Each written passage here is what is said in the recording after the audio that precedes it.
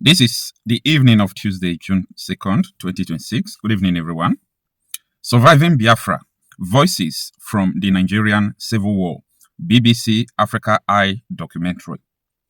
This is a documentary from BBC News. It was published on BBC Africa, talking about what happened during and aftermath of the Civil War that is popularly known as Nigerian and Biafra War. Before the release of this documentary, there have been some speculations that this documentary is going to just be a propaganda or, misinformation to the public. I've heard that from so many people. But, I'm a kind of person that I don't react to something if I didn't see it. Okay? So if I see something, I will watch it from beginning to the end before I can talk about that thing, just for me to make sure that I know what I'm talking about. So as you can see here, you see, it is 1 hour, 15 minutes. I took my time, my precious time, to sit down, watch this documentary from the beginning to the end. Now, I am going to tell you that the mistakes in this video is just little compared to the reality in this video. There are some mistakes in this video, like who shot first, who started the war, you understand? So it was a mistake. They put it that after the declaration, Nigerians disagree and the Biafran troops started fighting, okay? The rebels started fighting, but that was not the truth. We all know the history, so no one can tell your history, better than you. So that is a part, and there are some mistakes they really made. So if you watch this video, if you watch it from the beginning to the end, you will understand what I'm saying. This video was able to establish that Nigeria is a British contraption. Nigeria was not a country. British amalgamated Nigeria. The documentary also established that there is a problem with the system of Nigeria that led to division, hatred, and so many things. It talks about the coup and so on and so forth before the war. So the documentary established that Nigeria is faulty. That is number one. Then, when it comes to genocide, the documentary established that there was genocide against the Igbos, against the children, the bombing of hospital, the deliberate starving of the children. And one of the veterans narrated on how they intentionally block food so that they can defeat them. So defeating Biafra was not because they were more powerful in arms. That is what this documentary is establishing. Defeating Biafra was not because a British army, so many international army were supporting Nigeria. Not even that.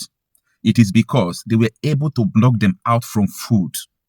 Then Awolowo, in this documentary, they still repeated Awolowo's video, where Awolowo said that all is fair in war. It was fair to starve Igbo children. It was fair to kill children. It was fair to massacre children. It was fair to bomb hospitals. Why are the Igbos fighting? Because they were pogroms, they were threat to their life. The BBC documentary established that. And out of the BBC documentary, I want to add my own commentary. As I speak to you, Awolowo's territory is under siege by what the Igbos were running from. From what Igbos were running from. For what made the Igbos said, we want to leave Nigeria. Awolowo said that all was fair in war, to kill their children.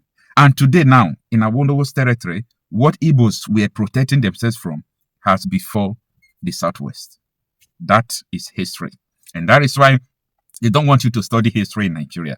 But you know what? We are going to tell our story more and more. So, after that, the documentary went on to explain, deeper things. How they fought the war. In fact, I will encourage you to go and watch the documentary. Don't let anyone to discourage you not to watch it. There are mistakes in the documentary, People who bring the documentary together, they are human beings. In fact, I have so many videos documenting like this, apart from the images they shown. Remember that in my channel, I have brought so many people to my live section. I'm talking about the veterans, Biafran war veterans, those who fought the war and they are still alive today. I used to bring them to my channel. They talk about their stories, how they fought the war and so on and so forth. I have visited, Asaba massacre, victims where they buried them with their names and everything. So I know some things about, the war. My father taught me all these things, told me stories of this war. So I know so many things about this war, even though I am not alive then, I'm not on earth then. But at least history admonishes to us what transpired, and it is painful. It is painful not because there was a war. It is painful not because they fought a war. It is painful because the documentary established that the reason why Nigeria was fighting is just to keep Nigeria one and make sure that they never lost the oil in Biafran territory. Now, I want to shock you. Why is it that BBC brought this documentary at this time, at this point in time? The world knows what is going on in Nigeria. The world understands that there are interests to turn Nigeria into a terror stronghold. The world is aware about the Islamic siege in Nigeria by the extremists like Boko Haram, Al-Qaeda, ISIS, Nakurawa, Mahmuda, Fulani militias, and so on and so forth. They know what they want to use Nigeria to do. They want to remind you the history. And they want to let you know that no, that thing is not going to happen totally. There will be war again in Nigeria. Yes. I want you to save this video. May God keep us alive, not to witness any war. But unfortunately, with what is going on in Nigeria, is not preventable. There will be war again. But you see, only thing that can make this war not to happen is if Nigeria separate on time. This documentary is letting you to understand that the reason why they fought the war, that the problem is still on. That is the purpose of this documentary. The reason why they fought the war, the problem is still on. The problem is still on. We are not going to be alive, and some kind of elements who have laid siege in every state in Nigeria right now, including Lagos, we come out and conquer everybody. We die. We die. We die. You know, my immediate family, sometimes I used to sit them down and tell them all these things. You see, in this life, people must lose their fears. People must lose their fears. You must lose your fear and know your history. It is very important. Every now and then, I used to come out to tell people what is going on in Nigeria. I am telling them this is Islamization. Nigeria is about to be conquered. There is nothing different going on today from what Osman Dan Fodio did, who brought jihad into Nigeria, who came to conquer Nigeria. There is nothing different from what is going on right now. Absolutely nothing. There is nothing different. So as it was in the beginning, and now, I will never say ever shall it be, because it's not going to be forever. Everything that has a beginning must surely have an end. All I am doing is to let people understand the problem of Nigeria. The government don't want you to know the problem. They are asking Tinubu, what do you have to say about the terrorism in Nigeria, the insurgency? He said there is no place in Quran where God says that people should kill. He just tried to tell you that people are killing for religious reasons. You are the one that fails to decode it. Now, during Ramadan, the Minister of Defense currently, Christopher Musa, told the whole world in a press conference that, listen, these people are killing because they are fasting. So they believe that if they die during the war, they will go straight to heaven. Yesterday, the Yoruba people that Boko Haram kidnapped in Woro community, they sent a letter to their people that they are going to graduate them from Quranic school. This is Islamization. The world knows what is going on. Many Nigerians are blindfolded by political gimmicks, but I laugh. You know why? I'm laughing because they will never find solution in what they are engaging. The solution lies in knowing the problem. There is nobody that have put out solution or solve an equation without a formula or without knowing the problem. You must be able to know a problem before you solve it. That is the reason why upon everybody is running up and down. People who are praying. People who are fighting. And the thing is increasing. It's enough for you to ask question. Am I really doing the right thing? Absolutely. You are not doing the right thing because you don't know the problem. You don't know the problem. I know the problem. Yes. I know the problem. There is this statement that I used to make in almost all my videos. I used to make the statement quoting the mission statement of the Boko Haram. That is Jama Atu Wa Jihad Islam. That is their rename. Boko Haram is their just nickname, which means Western education is prohibited. They said their mission is to overthrow the Nigerian government. install an Islamic state, which will be governed by Sharia law. Go and Google it. And people in government are sponsoring them. They are romancing them because they have the same ideology. So I am going to let you know that their mission is to turn Nigeria into an Islamic state. That is what Gowon fought for. Nothing more, nothing else. Gowon was pushed to fight by his people. Gowon said in a video that I did not make the decision by myself. There is no how I wouldn't have gone into the war. Because we cannot keep on watching our people dying and not fight for them. That is why they went and declared Biafra. And I can tell you categorically clear that what was happening before, it is still morning now. And tell me, if all these things you people are doing did not work, if you protest, it not work, if you do voting, it not work, they are still killing you. At the end, everybody go still resolve the war. Everybody go still carry arm.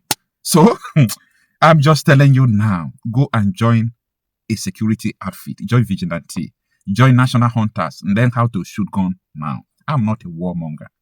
I'm telling you the reality. I'm telling you the reality. Where foreigners who came outside Nigeria, because they said they have their brothers who are in Nigeria, they will come and join them. They will go to your village, rape your mother, behead your teachers, and everybody's keeping quiet. With them. No, I don't want to use some statements, but we know where. We know where at all. Like something is wrong with us. These people just enter your community, do whatever they want to do. Anyway, time shall tell. I encourage you to go and watch the BBC documentary. But it's a painful one. Okay? That is, you have to hold your tears tight. Okay? You don't have to be emotional while watching this because it's an emotional, sad, a very sorrowful video to watch. Because of the reason they fought the war. Not because of Nigerian troops they killed. Not because of the people they destroyed with Ogbunigwe. Not because of children that starved to death. Not because of Biafran soldiers they killed or Asaba massacre. No. It was just painful because the reason why they fought the war, to keep Nigeria one, Nigeria has never been won. So the war was a useless war. The most useless war I have ever seen. What were you fighting for? What were you fighting for? Gowon is alive today. And to the greatest surprise of everyone, he ran out of Plateau State. His people have been massacred every blessed day. Every blessed day, his people have been massacred. He ran, he left his people. He ran to London. If he comes into Nigeria, security will be guiding him. He kept Nigeria one for his people to die. What a coward. I'm sorry to use this word, but that is example of a coward. You make sure that Nigeria was one and your people are gone. And you didn't. Gowon can't stand up and say anything about his people dying. And his people don't know that Gowon is the problem. Gowon is the problem. Gowon is the major problem. Gowon is the reason why Nigeria is still one today. By now, I think Biafra, Oduduwa, or Arewa should be competing with Japan, should be competing with North Korea. Because that is what it gives you when, some certain people who have the same ideology, the same mindset, if they find themselves in the room, they will build mountain. They will build mountain with rocks out of nothing. Now, let me leave this thing for you. If you're a Christian, you must have read about the Tower of Babel in the Bible.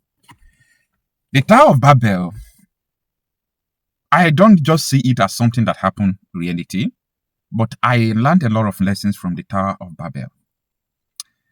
Everybody were speaking in one language and they said, let's come together and build house to London. Let us just continue to build. We'll get to where God is in London. He said, God knows that whatever a man conceives in his heart and they come together in unity, they will be able to achieve it. What happened? God have to put confusion and change their language. You people don't understand. Because of that, they could not achieve it again. For me, I don't understand. Well, I don't see it the way you see it. I don't interpret it the way you interpret it. I interpret it in this way. I see it as when you have a common purpose to something, you speak one language, you have one ideology, you can do anything. You can raise your country to the highest. You can just move mountains. But when you speak different language, there is nothing that will work. Because if this one said, go and bring knife for me, if this one will go and bring stone. Because this one sees stone as knife, this one sees knife as stone. How can we move together? This story of Tower of Babel is just an example why Nigeria can't work. It can't work. Be dreaming in your ignorance. See, I am not interested whether you people say they should not divide Nigeria into three. I don't want to be with Yoruba people. I don't want to be with Igbo people. If they want to divide Nigeria, if they neither then divide it into 200.